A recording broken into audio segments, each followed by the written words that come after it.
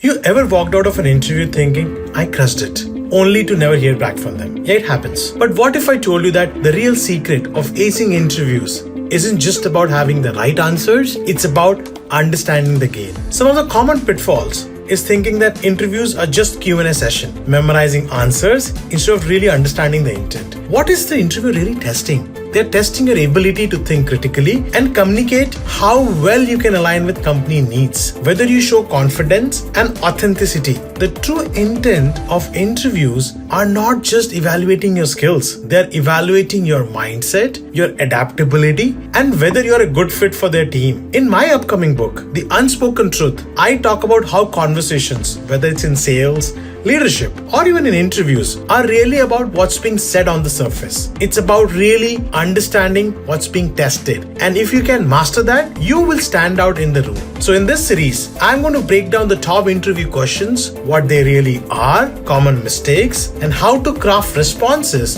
that makes an everlasting impact. Let's kick it off with the most common question. Tell me about yourself. You know that awkward moment when an interviewer says, so tell me about yourself. And suddenly you forget everything about yourself. You're not alone. Some of the common pitfalls we see is listing job titles with no narrative in our resumes, rambling without a clear structure. What is truly an interviewer testing? They are really testing, can you prioritize key details? Can you tell a compelling story? Are you clear on your own career journey? The true intent of this question, they don't need your entire life story. They're trying to see how well you understand your own value and how that fits into their company and the job description. In the book, The Unspoken Truth, I speak about how the most impactful people, whether in sales, in leadership, or interviews, know how to tell the story. Now, the framework which we're going to use, this is very simple. Talk about present, past, and a future. For an example, I'm currently a product manager at a Fortune 500 company where I lead AI-driven initiatives to improve enterprise software. Before that, I worked in engineering, which gave me strong technical foundations. Now, I'm looking for a role where I can combine my product strategy experience with cutting-edge AI solutions. Exactly why I'm excited about this role and the opportunity. Now, this is very simple, very structured, and very memorable. Now, try crafting your own version using this framework of present, past, and future. You ever get asked about your weaknesses and suddenly you feel like you're about to ruin your chances? Yeah, this one is tricky, but let's fix that. Some of the common pitfalls are trying to disguise a strength as a weakness. For example, I work too hard, being too vague, or being too brutally honest. However, it's important to understand what the interviews are truly testing you for. They're testing you for, are you self-aware? Can you recognize areas of improvement?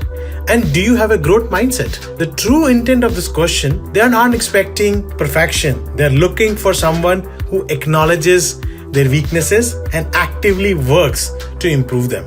In the book, The Unspoken Truth, I speak about how self-awareness is the key to career growth. The most successful people don't avoid their weaknesses. They learn to manage and improve them. Now let us understand, what can I use? Can I use a framework to help you out? And it's very simple. You write weaknesses, you say impact, the steps taken, and the current status. For example, earlier in my career, I struggled with delegating because I felt I had to do everything myself. This led to burnout and inefficiencies, but I've worked on it. Now I use structured delegation and trust my team, which has eventually improved project outcomes. I still check in, but what I know, when to step back.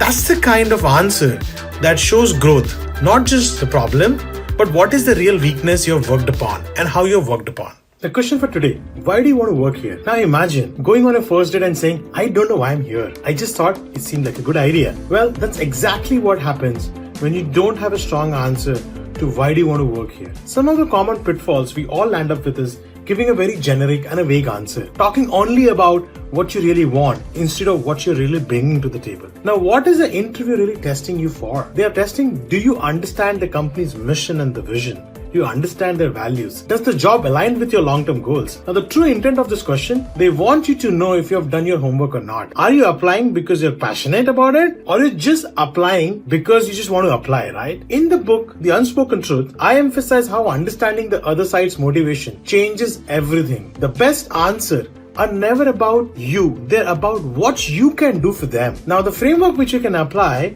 is understanding company's mission, the role fitment, and your personal growth. Now let us take an example. I admire this company leading in technology sector. My recent focus on AI projects caught my attention because I have experience in AI. I see this role as an opportunity to bring my expertise in AI while growing in specific areas. Now make it very specific, make it intentional, make them see why you belong there, and the game changes, the entire narrative changes. So today's question is, tell me about a time you failed. Failure is bad like Wi-Fi. It happens to everybody and it's frustrating. Now in an interview, how you talk about failure matters way more than the failure itself. Some of the common pitfalls: blaming others or making excuses, avoiding the questions, or giving a fake failure. Now the true intent of this question, they're not looking for perfection. They're looking for resilience. They want to see if you can own a mistake, reflect on it, and come out stronger. Now in the book, The Unspoken Truth, I talk about how setbacks are just the setups for us to grow. The best leaders aren't the ones who never fail. They are the ones who fail fast, learn, and move forward. Now, a classical framework which you can apply is a STAR and lesson learned. What does this mean? Now, let's take an example. At a company, I was working on a product. I launched a feature without fully validating user demands. Adoption was low and had to sunset it. Now, it was a tough lesson, but it taught me to prioritize user research way before investing resources. In my next project, I made sure to validate assumptions and adoption increased by 40%. Your failure isn't the problem. How you respond to it is. Try this next time and drop in a comment and let me know. So today's question, why should we really hire you? Let's be real. The question feels like a sales pitch, right? But here's the thing. If you don't confidently sell yourself, why should they buy? Some of the common pitfalls we have is rambling without focus, listing everything from the resume. But what is truly your interview testing? They're testing you. How can you clearly articulate your value? Do you understand what makes you unique? Are you confident and not arrogant? True intent of this question is they want to see if you know your strengths and how they fit in of what they really need. In the book, The Unspoken Truth, I emphasize that the confidence isn't about knowing everything. It's about knowing your value. The way you frame your answer can shift the entire perception of your own worth. Let's look at common framework, which is strength, relevance, unique value, and proposition. Now, a common example would be I bring a mix of key skill and another strength that aligns perfectly with my role. My experience in relevant projects has prepared me to make an immediate impact, and I'm excited to bring that expertise here. If you can answer this with conviction, you are already ahead of 80% of the candidates. Ever been asked where you see yourself in 5 years? And all you can think of is hopefully on a beach with a cocktail. Yeah, me too. But let's talk about what they really want to hear. Some of the common pitfalls all of us fall in trap is being too vague or saying, I really don't know. Now, let us understand what the interviewer is really testing. Are you goal-oriented? Are you forward-thinking? Do you see growth within the company? The true intent of this question is they want to know if your ambition aligns with company's future. They don't expect you to predict the future, but they want to see whether you have the direction or not. In the book, The Unspoken Truth, I talk about how clarity of vision makes or breaks careers. You should answer and show strategically thinking, not just wishful thinking. Now, a common framework which you can use is show industry trends, your role progression, and contribution plan. Now, for example, in next 5 years, I see myself leading a project that pushes boundary within the tech sector. I want to develop expertise in AI, machine learning, and contribute to the company's goal. Now, this role is the perfect step forward towards that path. Now, the goal is keep it balanced, ambitious, but achievable. Well, the next question for us is, how do you handle conflict? Raise your hand if you have a conflict. Yeah. Don't you think so? But avoiding conflict isn't the answer either. Let's talk about how do you nail this question. A lot of people say, I avoid conflict. That's a big red flag. What is truly an interviewer testing? They are testing your emotional intelligence, your ability to navigate difficult conversation. The true intent of this question is they're not looking for someone who loves drama. They're looking for someone who can handle tough conversation with maturity and with grace. In my book, The Unspoken Truth, I speak about how the best communicator diffuse conflicts by understanding perspective first. And a common framework which you can use is STAR, emotional intelligence. For example, a teammate and I once disagreed on a project direction. Instead of arguing, I asked for their perspective and we found a common ground. By combining both these approaches, we implemented the approach and we improved our efficiency by 30%. Now the key is show them your listen, adapt, and solve. All of us who have given an interview face this question. Do you have any questions for us? Now the worst thing you can say when they ask you, do you have any question for us? Nope.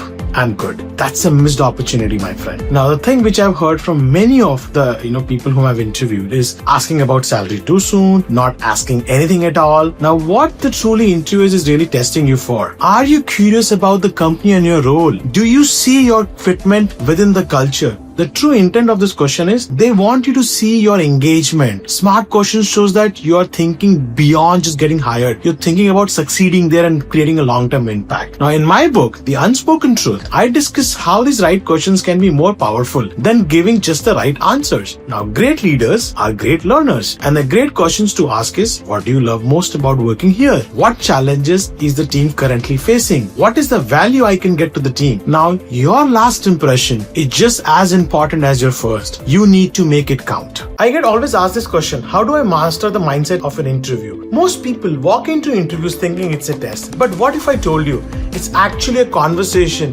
where curiosity matters more than the correctness? They're not looking for a perfect answer, but someone who gets the question. They're accessing your intent, your ability to decode what's behind the question, and whether you can communicate with empathy and clarity. Now, in the book, I explain every conversation carries two meanings: what's being said and what's being tested. The interview mindset, it's not about rehearsing your lines and scripting it. It's understanding the unsaid and the real reason behind every question. Intent decoding is everything, and a framework which I will suggest is intent mindset. For example, I investigate the intent. Ask yourself before answering, why this question? Why now? End with navigate with empathy. Understand their priorities, pressures, or culture. Put yourself in their shoes. T. Tailor your response.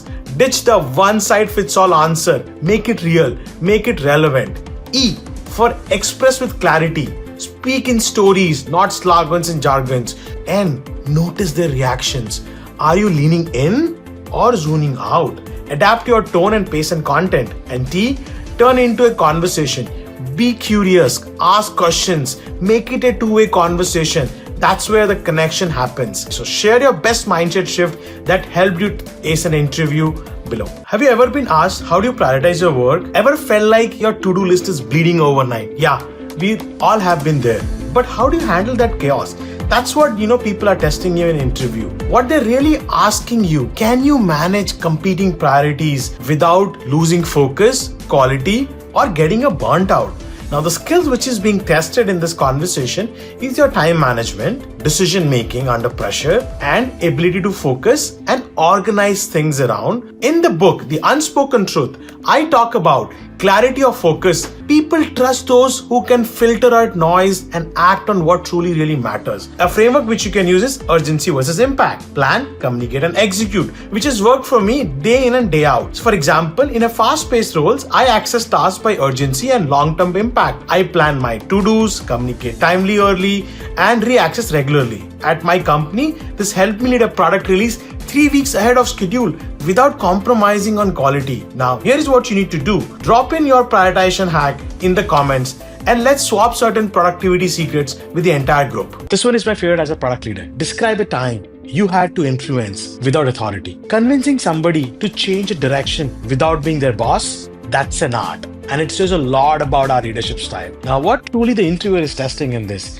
Can you lead through influence just not by using your title? Some of the skills which they are testing, top 3, emotional intelligence, persuasion, and collaboration. In my book, The Unspoken Truth, I emphasize influence isn't about power. It's about understanding the true motives and framing your message so that it resonates with a larger audience. A common framework which you can use is situation, stakeholders, strategy, and outcome. A common example could be, I led a cross-functional initiative where engineering was hesitant. I listened to their concern, reframed our goals as mutual wins, and secured a buy-in without escalation. It taught me how to lead with empathy and clarity. Now, here is what you need to do. Tag someone who's mastered the art of influence without a title. How do you handle ambiguity? Some people need step-by-step direction. Others thrive in the fog. Which one are you? All of us have been into this situation. What is the true testimony of this question? Some of the skills which they're trying to test is adaptability, problem solving, comfort with uncertainty. In my book, The Unspoken Truth, I speak about this as an opportunity to showcase your leadership. When the script is missing,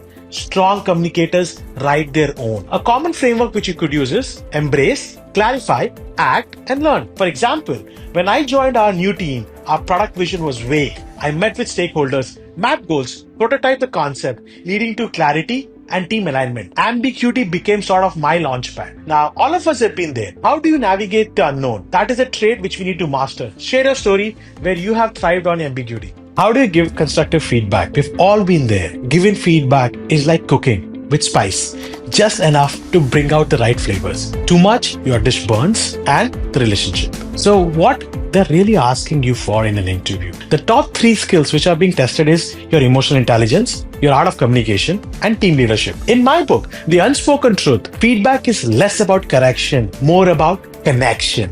It's about heard without being breaking the trust. So the common framework which you can use is observe, impact, collaborate, and encourage. Let's take an example. I once noticed a teammate's code quality dropping. I pointed out a specific instance, shared how it impacted timelines, then asked about how we could improve this together. He appreciated the tone and bounced back stronger. Now, what you need to do is think of someone who gave you a feedback that changed your game. Give them a shout out because it's a constructive way of acknowledging things. What motivates you? If your answer is a coffee and a free snack, we need to talk. Let's go deeper into this, right? What is the truly interview trying to find? They're trying to find what drives you beyond the paycheck. The common skills which is being tested here are self-awareness, alignment with the company values and culture, and the inner drive. In my book, The Unspoken Truth, I underscore that understanding internal motivation gives conversation purpose and a team a direction. A framework which you can use in answering this is core value and a real example. A sample could be, I'm deeply motivated by growth, mine and others. Leading a team through a product relaunch challenged me, but mentoring juniors and hitting the KPIs gave lasting meaning to my effort. This gives a complete sense what truly drives you beyond the job title. And this is what sets anybody apart from the rest of the crowd. Tell me about a time you had a difficult conversation. Now, we avoid tough talks until they blow us up.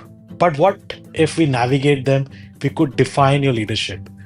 What they're really asking you is, can you handle tension without burning bridges? Some of the skills which you are testing you for is courage and empathy, communication under stress, and relationship management. In my book, The Unspoken Truth, I teach about the real communication begins when things get uncomfortable. That's when the trust is earned. A common framework you can use while answering this is context, create the conflict, your approach, and resolution. A sample answer could be, I had to confront a peer who took credit for the shared work. I calmly shared how it affected trust and our dynamic. We aligned on future expectation and it wasn't easy, but it was necessary. Now, what's one lesson which you have learned from tough conversation, which you helped grow to a better individual? Go back to your journal, go back to LinkedIn and write about it. How do you react to critical feedback? Let's be honest, none of us love criticism, but how you respond, that's what really sets you apart and counts. Now in an interview, somebody is asking you, what they're trying to find you, are you coachable? Can you learn and grow from the tough truth? The skill which they're testing you for is self-awareness, growth mindset, and your professional maturity. In the book, The Unspoken Truth, I talk about how feedback is a mirror. It's not a judgment. It reflects potential and growth opportunity. A common framework we can use is reaction, reflection, action, and a result. For example, I was once told I dominated my team meetings. I took it very, very seriously and asked for feedback from others, started facilitating more inclusively. My leadership scores improved drastically. Now, what's the one piece of feedback that shaped your career? Go back and write in your journal and share with your friends and team members. How do you build relationship at work? That's a very common question which is being asked. Because work is not just about task, it's about trust. But trust isn't built overnight in meetings, it's built in between. Now, what are the interviewers really trying to find? They're saying, are you emotionally intelligent? Can you build a rapport across the board, across the team? Now, the skills which they are testing you for is communication, empathy, and collaboration. In my book, The Unspoken Truth, it reminds us that the real influence is relational, not positional. The strongest teams runs on connection, not control. A common framework you can use is intentionality, listening, shared wins, and consistency. For example, I make time for one-on-ones, learn what drives my teammates, and celebrate wins together. At the company, this helped us unify a fragmented team during a very tough pivotal time. Now, who is someone at your work you trust and deeply connected with? Go and write to them, go and share with them, right? And spread this message. Describe a time you took initiative. Great things really happen when we just follow instructions. This question, it's about our ability to act before being asked. Now, what are the interview really asking? Can you see beyond the job description and step up when it counts? Can you find what's not written in the book? Now, the skills which is being tested is ownership, proactivity, and leadership mindset. In my book, The Unspoken Truth, I emphasize that influence often begins where instruction ends. Leaders are proactive, they are not passive.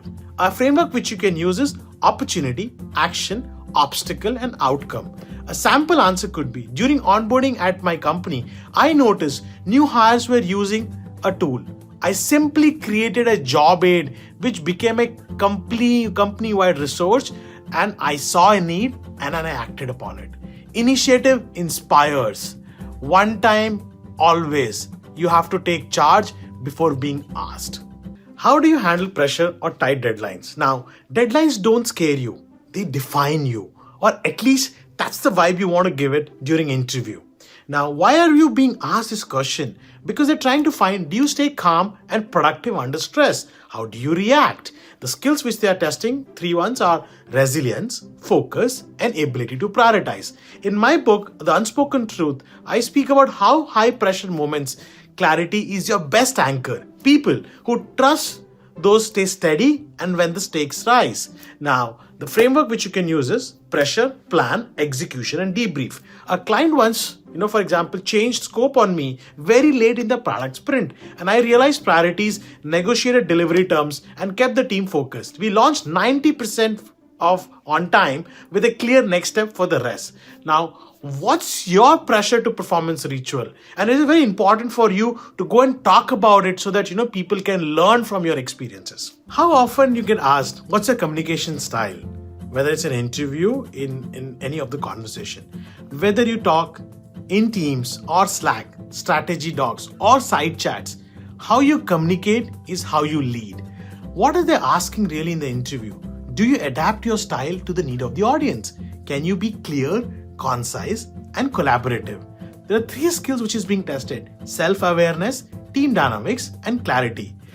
In the book Unspoken Truth, I highlight that effective communication isn't about volume, it's about precision and empathy.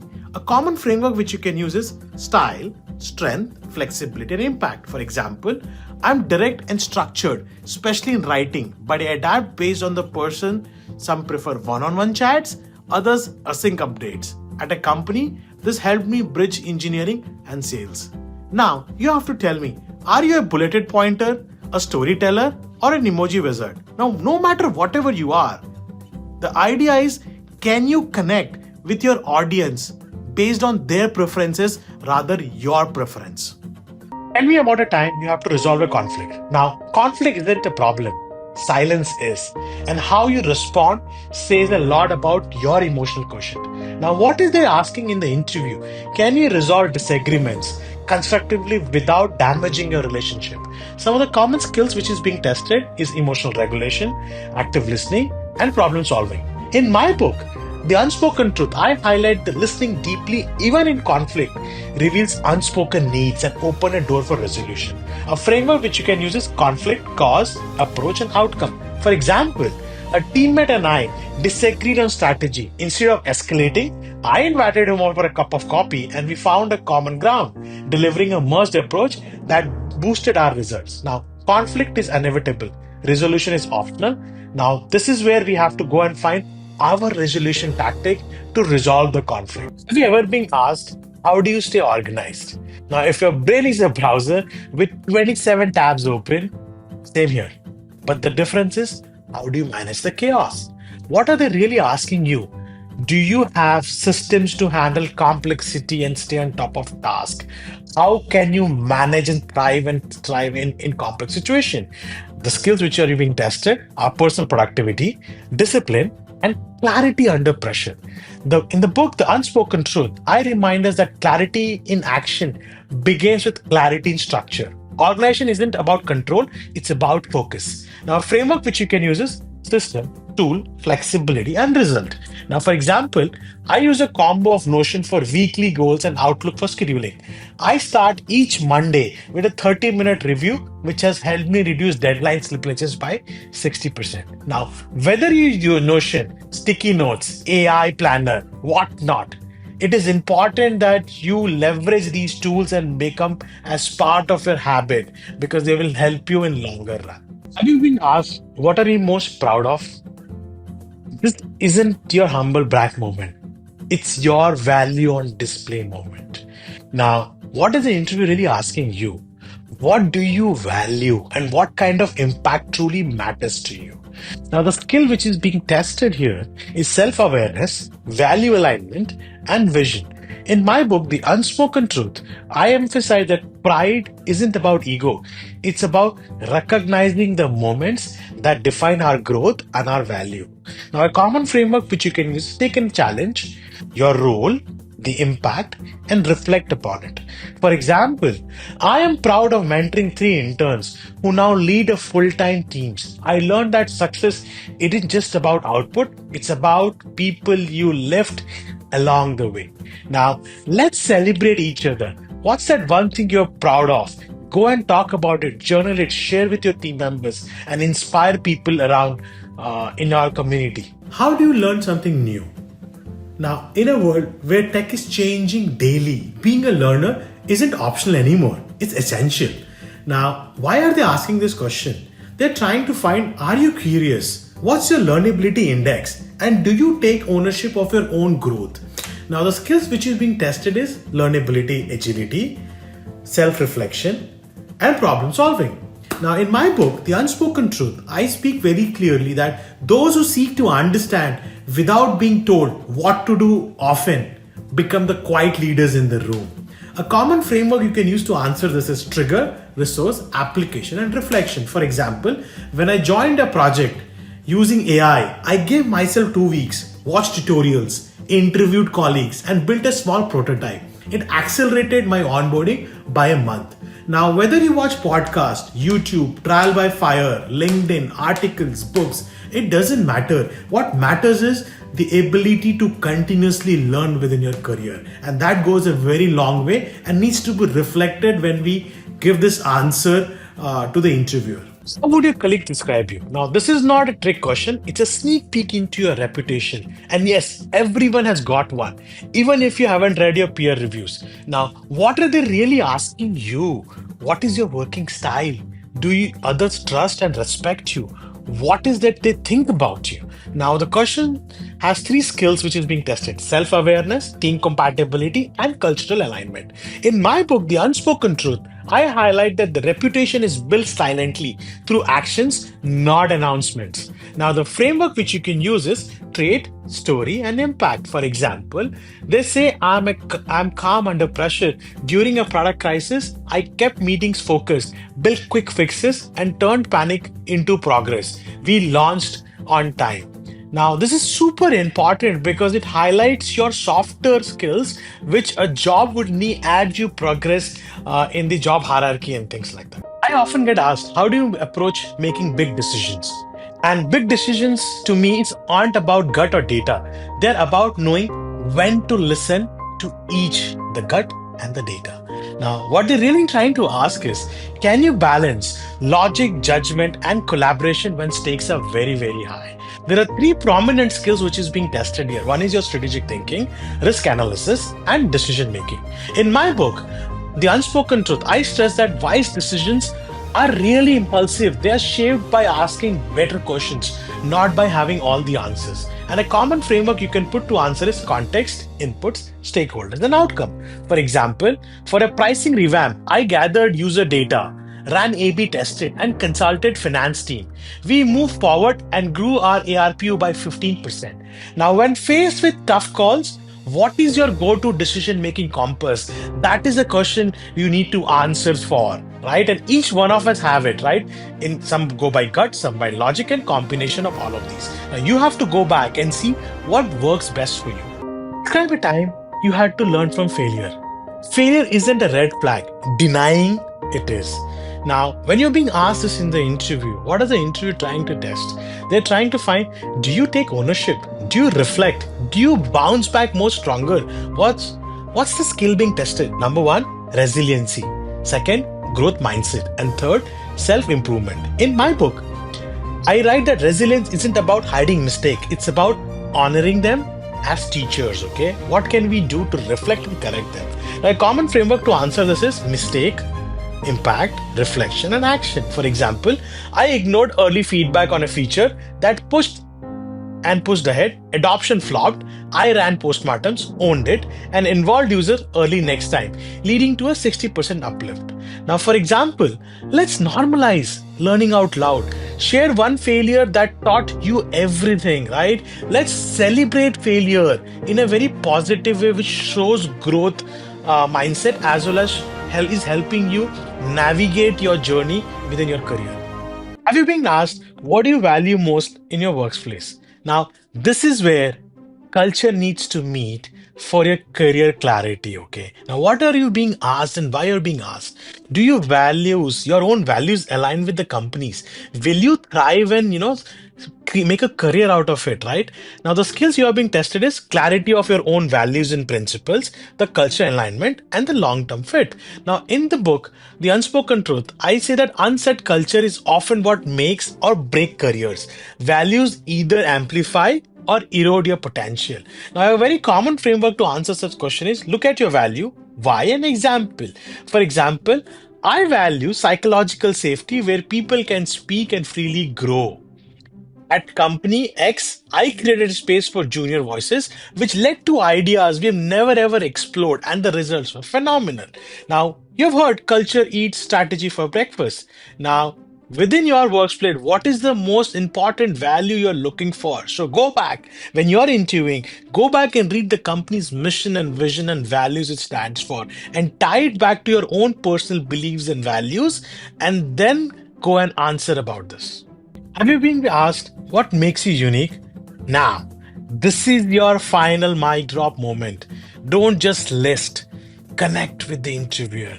Now, what they're really asking you, what sets you apart in a sea of similar resumes, similar candidates? The skills they are testing you for is number one, self branding, confidence, and the third, unique value proposition you bring to the table. In the book, The Unspoken Truth, I talk about that your edge isn't just in skills, it's in perspective, purpose, and clarity. And a framework we can use to answer this question is what's your unique trait, what's the proof point, and what's the impact? For example, my ability to decode people and turn complexity into clarity, whether I'm mapping workflows or mentoring or doing product mapping, I help people with forward and confidence. Now, the mic is yours. What's your superpower that doesn't fit in your resume is what you have to go and explain. Never lose this opportunity. If you're being asked, this is your make and break answer within the interview, which is going to help you distinguish among the rest of the candidates.